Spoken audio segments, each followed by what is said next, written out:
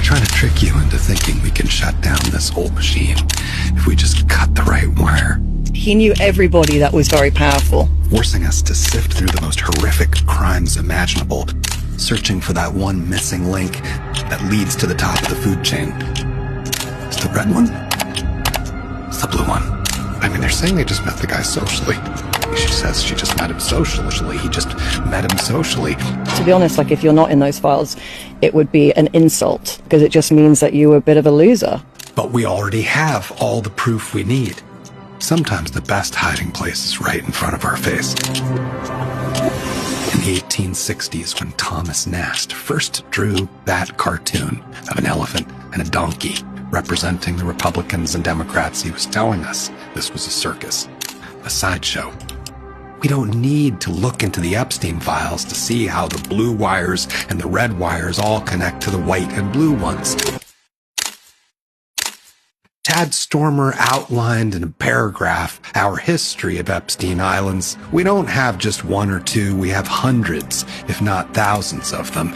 He says you can visit them, follow them online, buy their merch, read their books that celebrate their histories. They're called Mount Vernon, Monticello. America is an Epstein Island. And every election, regardless of which wire was plugged in, did that military-industrial complex shrink? Did the corporate monopolies weaken? Did a single architect of the Iraq invasion, of that torture program, ever go to prison? When they collapsed the banking system, did any of those executives ever spend a day in jail?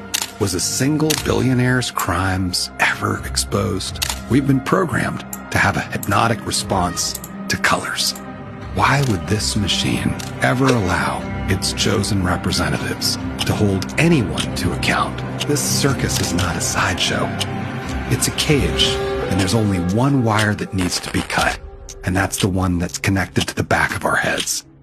Because we're the batteries, feeding it all our tax money, our consumer spending, our credit card debt, our mortgages, our car payments, our entire lives indebted and in servitude to an Epstein class.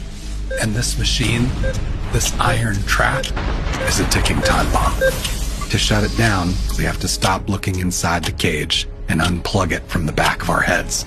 Never use Amazon again. Never buy another Apple product. De-Google. Take as much money as you can out of the big banks. Put it into credit unions. Only support small businesses as much as possible. Start using cash as much as possible. And step by step, we can shut down this contraption that was designed in the 1700s for extraction, exploitation, and permanent war. You want to vote effectively? Replace every single person inside this machine with a human being who is completely free from corporate money, who has a vision.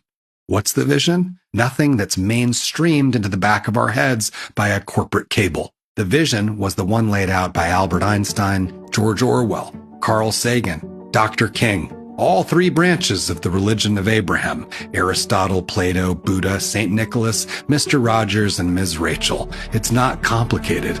Everything in this universe is temporary. If you remember science class, you remember the second law of thermodynamics. Everything is decaying. All the money that we'll ever make, everything that we build, it's all castles made of ice that will melt. All that will remain is the content. Was it good? Did it lift us up?